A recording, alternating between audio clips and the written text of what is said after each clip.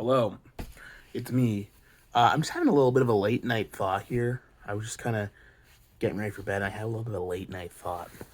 This is not something I usually talk about, but I was playing video games this week on my Xbox, and one of the games so I've got Game Pass on my Xbox, and one of the games I was playing on there was the Star Wars Jedi Fallen Order, which is a game I would never have played probably in a million billion years. Which I guess is one of those things that's like good about X Game Pass is because like I pay for it and I get my money's worth already because the games that I want to play are on there. But there's like the Yakuza games are on there, like all of them. I was gonna buy them individually. It'd be more than the cost of Game Pass for like a year and a half probably. Well, they get pretty cheap, but I play like new games and like Halo and whatever, so it's economical, and I'm not super invested. I'm actually not super invested in owning any of the games on Game Pass. Like most of the games that if I want to buy them, I'll just buy them. But anyways, I was playing Jedi Fallen Order, which is a game I would never play because it's an EA Star Wars game, which is a big turnoff for me. It's also made by the fucking Apex Legends or fucking Titanfall developers. It's like, no. But I played the game and I'm kind of shocked by how good it is, right? Or it's like significantly better than like any Star Wars media I've played. Like any Star Wars, because I'm not the biggest Mandalorian fan, but significantly better than like any Star Wars media like in the last a good couple of years. Um, and like the game's pretty, the graphics are nice, and like the gameplay is fun, but like shockingly the story is really good. And I'm like, well, what the fuck's going on here? And then I look, and the writer is Chris Avellone, who wrote New Vegas and my favorite Star Wars story, Coder 2. That's like my favorite piece of Star Wars media ever is Coder 2. So he's the one who's writing this game. And it's like, oh, well, now it makes sense. And I think what this made me realize and made me think about is something we kind of forget, or a lot of times when we look at video games, we don't look at the people who make them. Like when I look at movies, like when I look at like what movies are coming out, I check out who the director is, who the actors are, like sometimes I'll even check the cinematographer, or like the composer, right? Like I would never watch fucking Doctor Strange Multiverse, but it's Sam Raimi, so that has me mildly interested, but that movie still sucked. But you see my point, right? Like there's movies that come out, right? With movies specifically, right? We care a lot about who makes them. Like we care about a lot about the behind the scenes. There's a whole like auteur method discovery. Even like casual people will generally know some of the bigger directors like Steven Spielberg or George Lucas, right?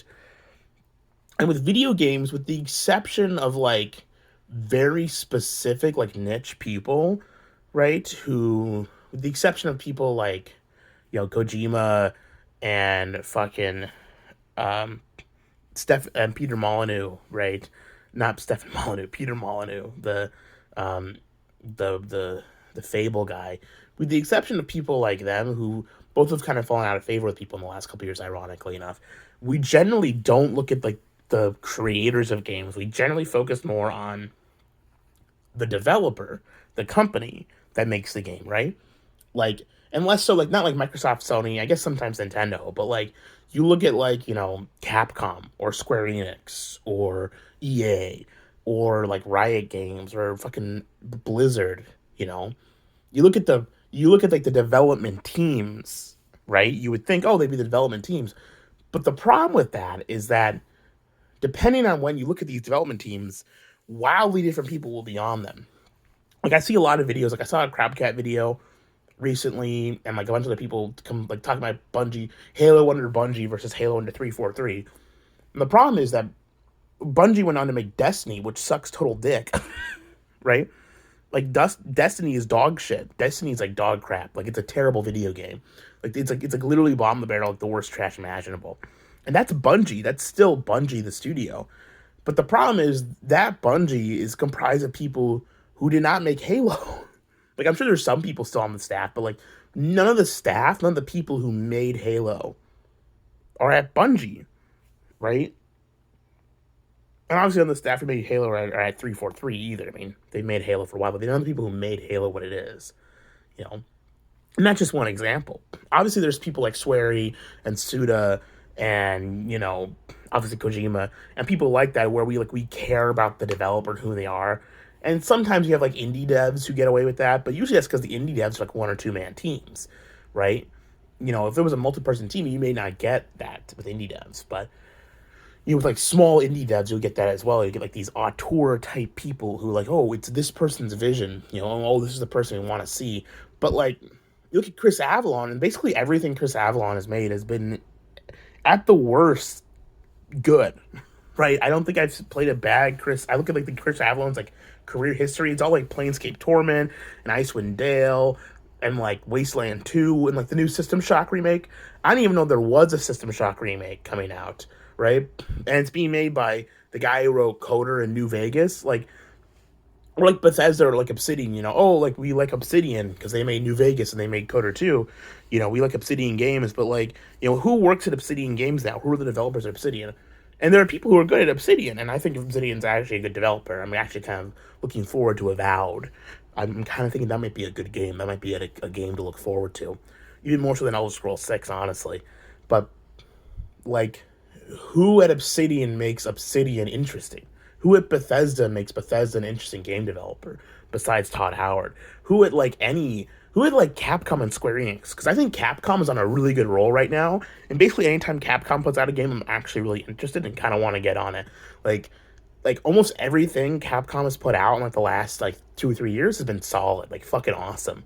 Like ever since the Resident Evil 2 remake, right? Well, Resident Evil 7 was good, but ever since the Resident Evil 2 remake, they've just been like hitting now the fucking park. Like Monster Hunter World, Rise, the Phoenix Wright, Great Ace Attorney trilogy games on Switch, like that, like they just don't fucking like. I mean, Street Fighter 5 kind of sucked balls, but Street Fighter 6 looks fucking sweet, right?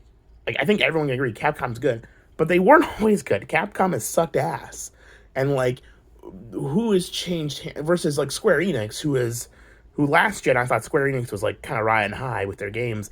I got this like sinking feeling that Square Enix is gonna suck this gen.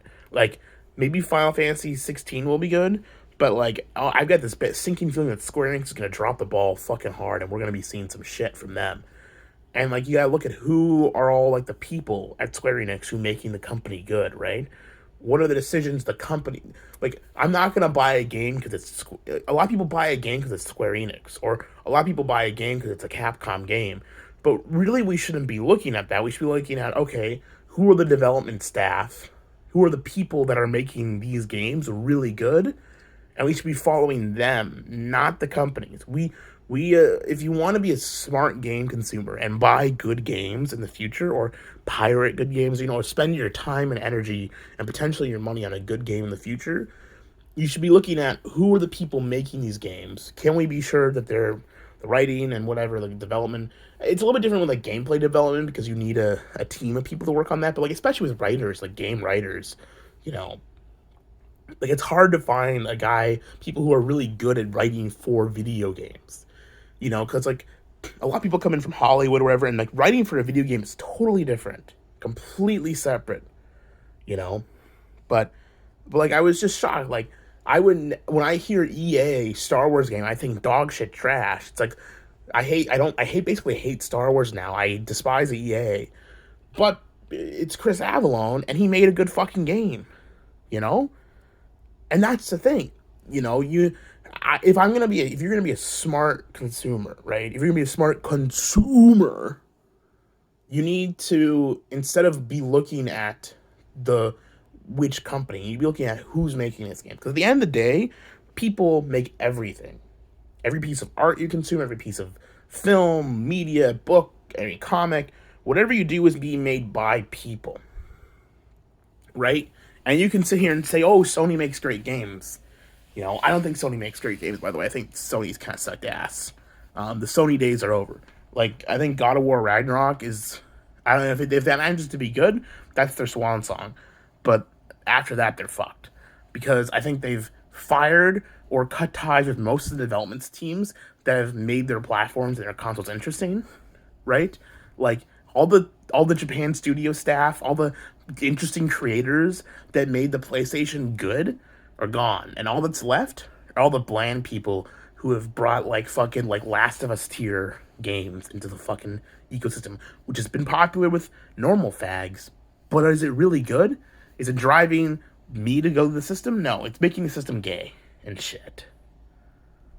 That's PlayStation rant though. I'm fucking done with PlayStation. But you know, when I see one of the things that's got me like I'm not excited for the new God of War, even though I thought the 2018 one was okay.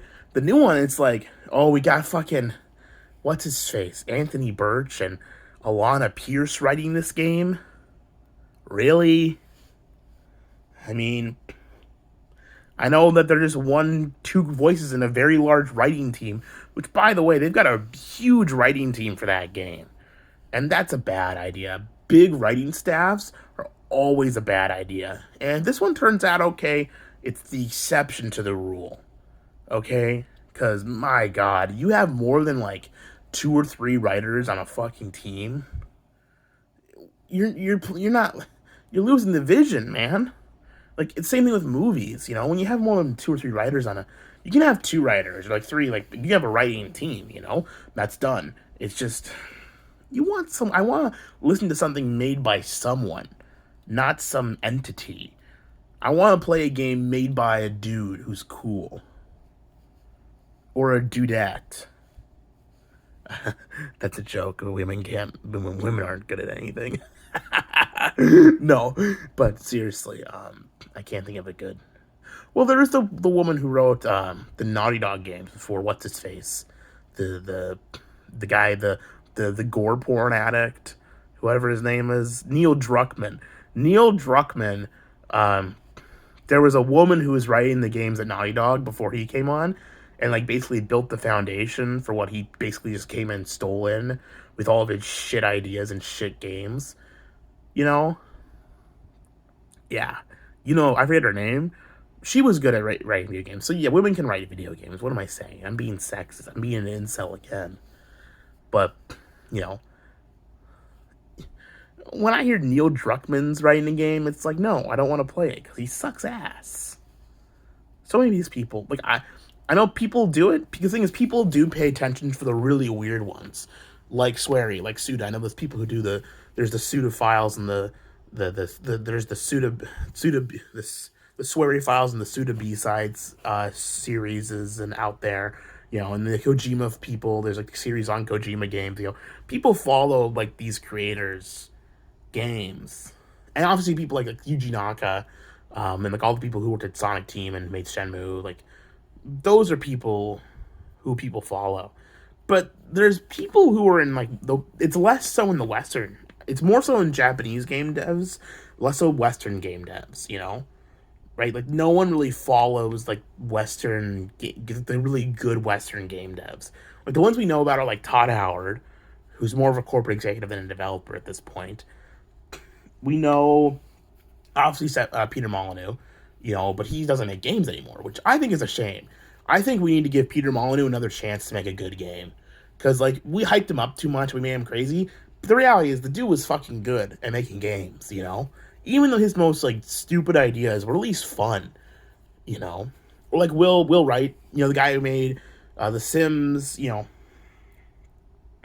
All, like, the great, like, Western gaming minds have been pushed out of the industry by the corporations they helped basically build. They like, built their backs on their games, you know?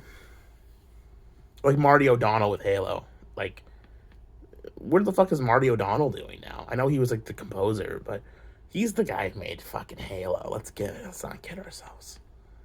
I'm done with, like, this bowing to oh, well, this is the team, this is from the franchise. It's like, unless the people who made the franchise, like, I actually care about, it's not really the same thing, is it? I guess you could say I'm a firm believer in the auteur system and the auteur belief from film. And I believe that can apply to anything. It can apply to video games. And it should apply to video games. We should apply to video games. It can even apply to internet drama, you know? You look at, say, you know, the great drama and Snake of old and compare it to the current stuff, which is being written and directed by Perspicacity and Brian Dunn and the Squire of Gothos, 3 of the most untalented, boring hacks imaginable.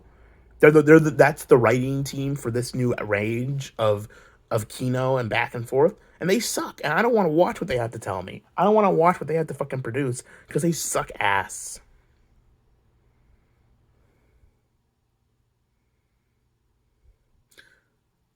But yeah, I just wish there was a better way to track, Western game devs the same way we can track when a good Japanese game dev, or when there are Japanese game devs. Like I want to know who the people in Capcom are that are making good games and how to follow them after they leave Capcom or after they leave Square Enix or after they leave Nintendo. You know, I want the people who are good at making video games. I want to find what I want to follow the people. I like to follow the career of game developers like that we follow the great directors. I want to follow the great game writers and game directors like we follow the great film writers and film directors. And like follow them from project to project. Like no one out there is getting excited for the new Warner Brothers movie. Oh, Warner Brothers is making a new movie. They always deliver. That's like the same thing saying when the new Nintendo game's coming out. It's like even if Nintendo does have a better track record than Warner Brothers, right? It's ridiculous. Nobody fucking says, the new Legendary picture is coming out. Or the new, I guess people say with the Blumhouse and A24. Oh, there's your fucking Blumhouse and A24 are like the Capcom and Square Enix of film, right? Except that they're both shit. But no one's looking at fucking Warner Brothers or Universal and saying, "Oh, the new Universal movie's coming out. I can't wait." Nobody's saying that. They're saying, "Oh, here's the new movie with The Rock. The new Rock movie's coming out. Wow, what a movie star! I want to see him." Or here's the new Steven Spielberg movie. Or here's the new James Cameron movie. Here's the new Avatar. Right? That's what people care about. And it should be like that for video games too, but it's not. It just is not. Besides Kojima, I think Kojima's the only one big exception. Kojima's the exception, and for niche audiences, there's some niche people you can follow, right? But for the big one, it's just Kojima. And it should be like that for everyone. We should be following people who make good stuff and continue to make consistently good stuff. We should care about what they do. That's all I gotta say. Good night.